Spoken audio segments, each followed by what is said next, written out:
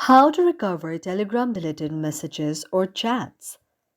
If any day any of you are a Telegram user and you would like to recover your Telegram deleted messages or chats, but you do not know how to do that, just follow the following steps.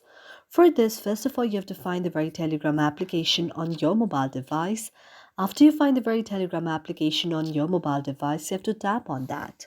After you tap on that, Telegram will be launched on your very mobile device.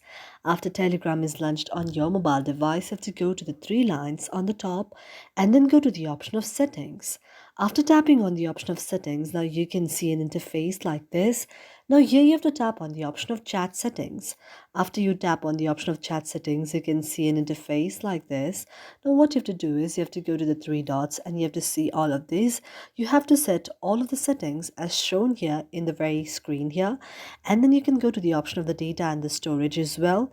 And after you tap on the option of the data and the storage, now what you have to do is you can set all of these things to your cloud drafts and set all of your messages and all of these to your very cloud drafts. And whenever you have deleted it, you can automatically media download it to your very mobile device. Thank you for watching our video, and if you really like it, do not forget to subscribe our channel.